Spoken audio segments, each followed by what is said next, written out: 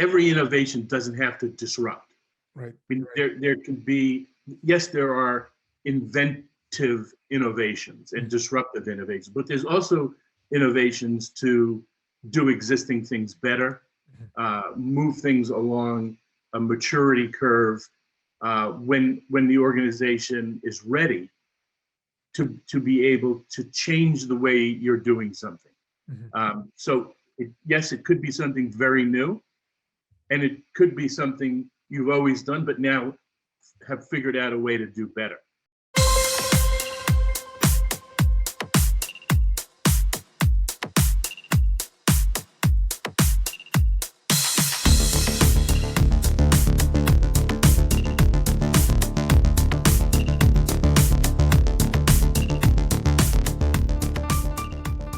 Lindsay Resnick. I'm Executive Vice President of Wunderman Thompson Health, which is part of the WPP network of companies.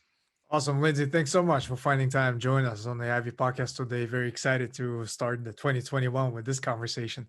Tell us a little bit more about your background, any highlights from your career, and then I want to spend a couple of minutes talking about your current role. Sure. So I spent the first half of my career on the health insurance and healthcare side. Interestingly, and I know we're going to take the conversation later to current day, but I did way back start at Northeastern University in Boston, which is famous for its co-op program, which really got me started in healthcare, where you go to school for 6 months and then they place you in work where you think you want to go. And, I played around with accounting, I played around with marketing, and finally found healthcare, and have been in healthcare ever since with Blue Cross Blue Shield and some commercial health insurance organizations. And then about halfway through, and I've always had responsibility for marketing, sales, sometimes compliance. And then about halfway through my career, I flipped over to pure marketing and advertising side of things. And then for the last 10 years, I've been at Wunderman Thompson Health, which is a marketing and advertising data-driven organization. Our part of that organization just focuses in healthcare. Awesome. Wow, that's exciting. Thanks for sharing with us a little bit about your background. In terms of your current role, what falls under your purview? Share with us anything that's interesting from that particular space. Sure. So Wunderman Thompson Health cuts across the entire healthcare spectrum. Part of our organization is more heavily focused in the pharmaceutical side of the business. My group focuses on organizations that sort of are responsible for paying for healthcare, so health insurance companies, as well as providing it, provider organizations and health technology companies. My role is sort of a combination of business development, marketing and thought leadership for our niche in that business, and then client advisory counsel. So strategies, where they should look at what's coming next in the marketplace. Very interesting. I want to talk a little bit more about this, but before we do, I want to get your perspective on a topic that I'm very passionate about. I talk to a lot of executives on this podcast, is all around innovation, because for every executive, I'm pretty sure, yourself included, innovation at the forefront in terms of how do we continuously innovate, make things better, whether internally or for our customers and so forth. Tell us, what does innovation mean to you? And then moreover, as far as strategies or any recommendations as far as what has worked well for you or maybe didn't, what have you learned through the process when it comes to building and fostering that culture of innovation? Yeah, I mean, I guess from the back end of that question, every innovation doesn't have to disrupt. Right. I mean, there can be, yes, there are inventive innovations and disruptive innovations, but there's also innovations to do existing things better, move things along a maturity curve when the organization is ready to be able to change the way you're doing something. So yes, it could be something very new, and it could be something you've always done, but now have figured out a way to do better. One of the interesting things right now that I'm seeing is innovation through collaboration, which basically says to an organization, listen, you're an organization that's good at certain things. There may be people in the market that do other things better that you may need to do or latch on to what you do today. And there's nothing wrong with a collaborative partnership like that. And we're seeing a lot of that in healthcare right now. So you're seeing Walgreens, for example, partner with a primary care delivery organization. So they will use their clinics and it'll be co-branded with a Walgreens. So we're seeing a lot of that collaboration. I think that's a good thing. Yep. No, absolutely. I love what you said about, initially the kind of the perception of innovation doesn't necessarily have to be disruptive, industry changing type of thing. It could be as small as, improvement to an existing process or something like, and innovating through experimentation as well. It's something that's, an interesting concept and I love some of the examples that you have provided. So appreciate that. In terms of some of the trends or ideas that really excite you these days, whether that's, in healthcare space and marketing or, anything outside of that, share with us what's on the mind of Lindsay. What are you researching? What would you invest in? What do you predict to be the next kind of really impactful trend in the short period? Yeah. So interesting and linked, a segue from the conversation we just had. One of the things that I've done is I'm doing some mentoring at a health technology accelerator here in Chicago. And there's also one in the same building that's not healthcare specific. And what these are organizations where generally it is an invention or it is something new, and it's brought as an idea or an initial business plan from a group of engineers or a group of physicians that they're not lawyers, they're not generally marketers, they don't know how to go to market. So working with those has really kept me in touch with what's happening in my side of the industry, and I'm sure it would be the same thing in transportation or any other. So as sort of podcast word of advice, if people have the opportunity to do that, A, it's a little bit of give back, and B, it's a way to really keep your head into what's happening in terms of innovation. So I've been mentoring a company that came up with something very simple. It's a sensor that goes under a mattress for a senior citizen. And when they get up in the middle of the night, the lights to the bathroom go on because that's the most likely of an incidence of them falling. And then if they don't get back in bed, a notice goes out to either someone they've identified in the community as a caregiver or the front desk at an assisted living facility, so they know the person needs to be checked on. Wow. So these kinds of innovations and there's just right now a ton of them in the healthcare sector. If you track the Consumer Electronics Show, right, which cuts across all industries, the healthcare section of that show has just boomed.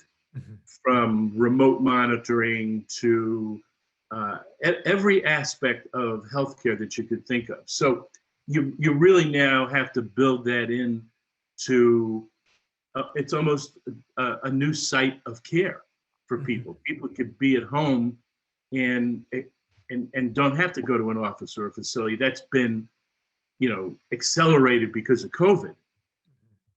But now you're going to see things for your healthcare at home that is really transformational. Oh, that's very interesting. And that one example that you gave, the device for senior citizens, that sounds pretty cool in terms of that innovation being born out of necessity. It's that quote that really stuck with me when I interviewed CTO of L'Oreal, and that's what all he spoke about from that perspective. So that's a good example, kind of result of that. You've mentioned initially data-driven marketing. Can you tell us a little bit more about that? Everything is data these days. A lot of buzzwords, Yep. but when it Big comes data. to big data, a lot of data science, data warehousing, all of that great concepts. Very sexy, but at the same time, when it comes to the actual implementation and leveraging of data to make certain decisions, data driven approach, or actionable data, it's a little bit of a different story. So Yeah. curious to get your perspective on that. How do you make that work? What things to look out for? Anything from high level perspective? I know it's a very loaded question, but Yeah. any insights from there, that would be great. Yeah. And in marketing right now, there's that fine line between using data to best to know your customer really well. And the line is, or getting a little too creepy, Mhm. like, a little too much about me that I'm comfortable with. But it, when I say data driven, yeah, it is all around this big data, but it's also the best way to know your customer.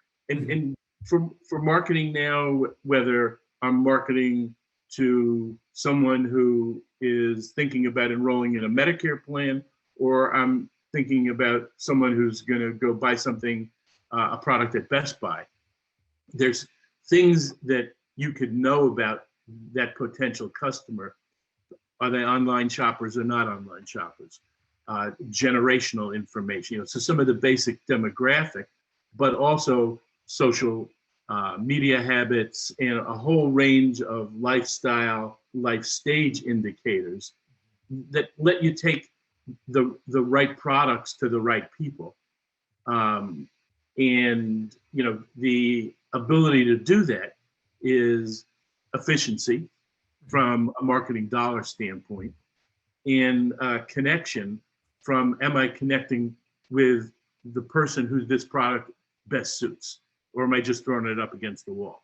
Right. In a healthcare example is telemedicine, where a lot of people have access to it now. I think upwards of 80% of employers, large employers, offer it. But they were sort of just throwing it out there, or when people were in offices, there would be a poster in the lunchroom about it. But the uptake was, nobody was using it. It was single digit.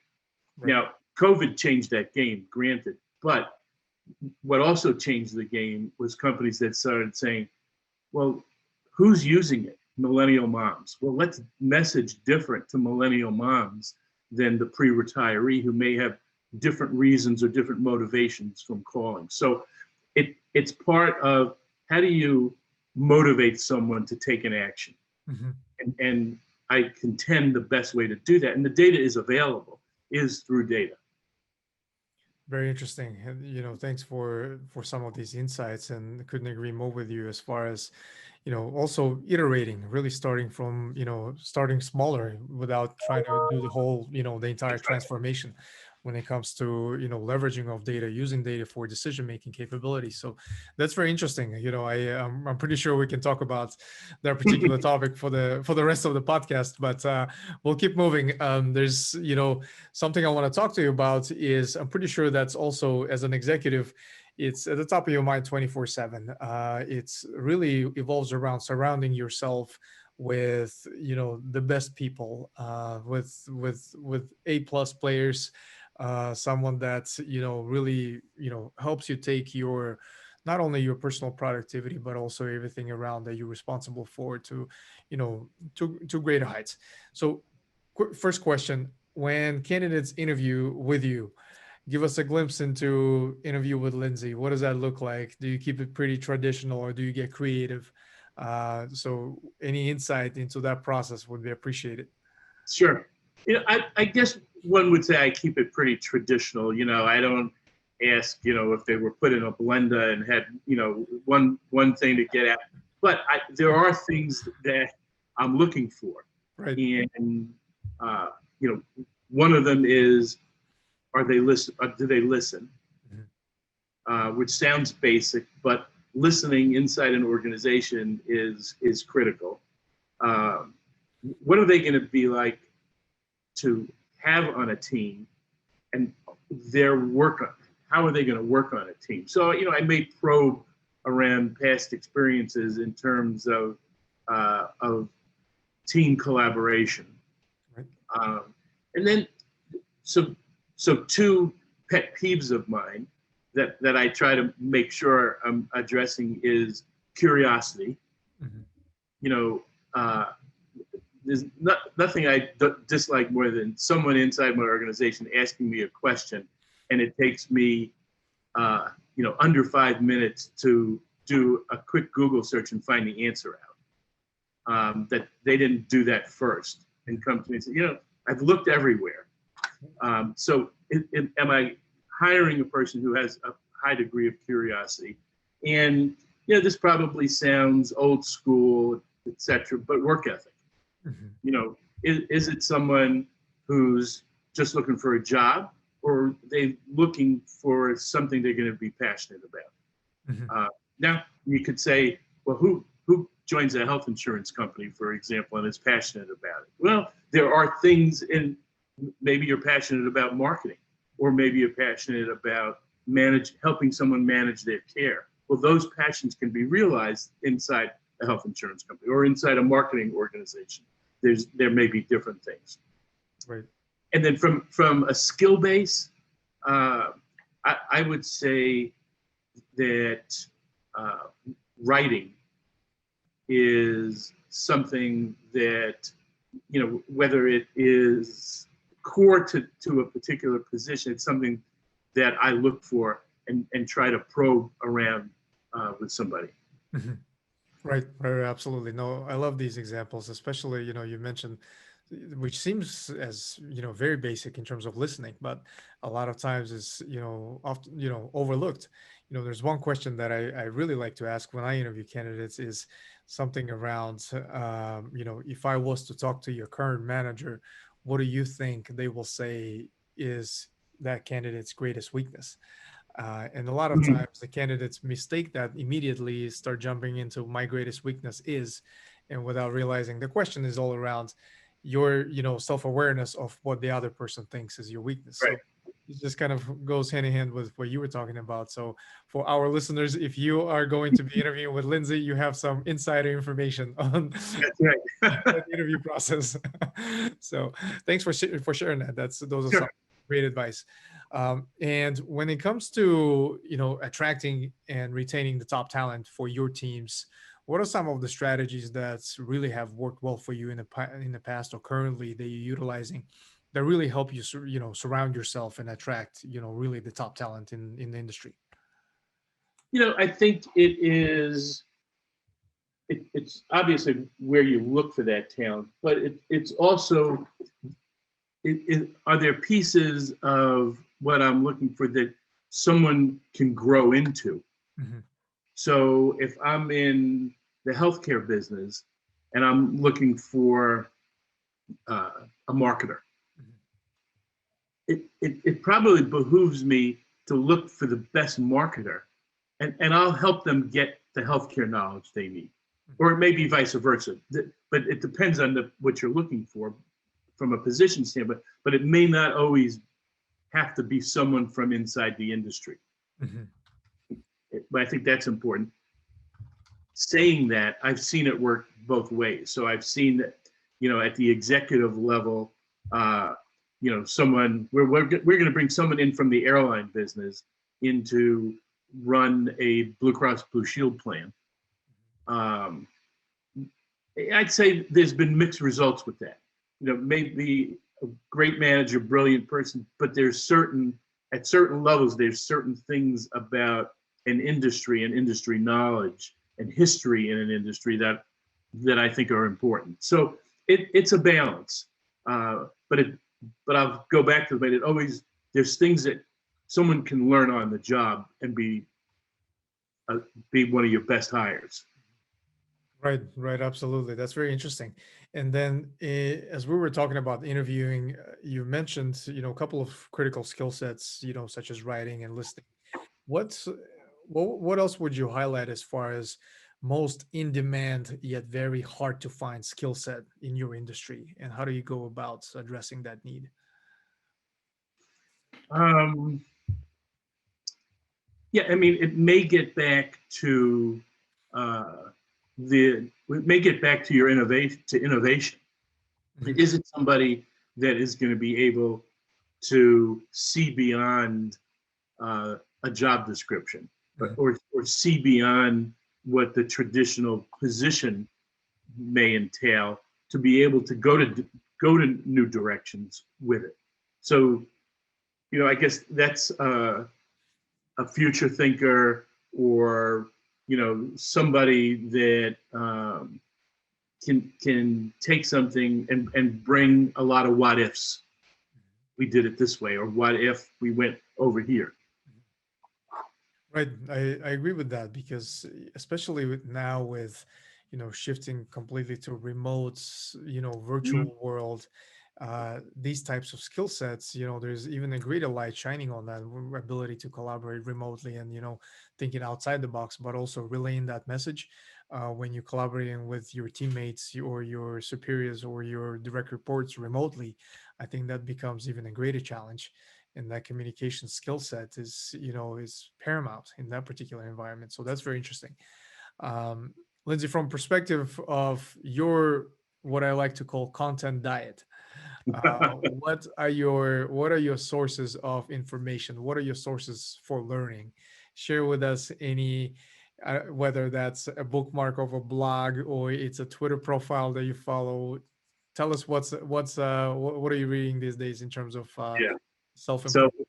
under the category for better or worse, right? Uh, I do uh, follow and look at certain Twitter people, Mhm, uh, from a healthcare standpoint and a marketing standpoint. mhm, I would say there's also probably 4 daily newsletters that I go to that are more industry based. So I can start the day knowing I know I'm up to date on what's happened around the healthcare and insurance business, and what's happened as that relates to in Washington. Um, and uh, I'm fairly active on LinkedIn. But again, so some of these things are wind up being your bubble, yeah, right. which, good news or bad news, right? But I also try to look at a couple of newspaper, well, Wall Street Journal and a local newspaper, Sunday New York Times, just to get the range. Gotcha. Uh, but Absolutely. yeah, Yeah, that's very interesting. And you've nailed it when it comes to kind of living in that little bubble, especially when it comes to your specific, whether that's industry or personal interest. So that there's a lot of opportunities there. And furthermore, but last but not least, is twofold question: is what are you currently reading when it comes to a book? And if that's different from the book that you always recommend to others, what is that, and why do you recommend it? okay. So uh, I'm not going to bullshit you. I'm not. I'm not reading the extensive history of Winston Churchill.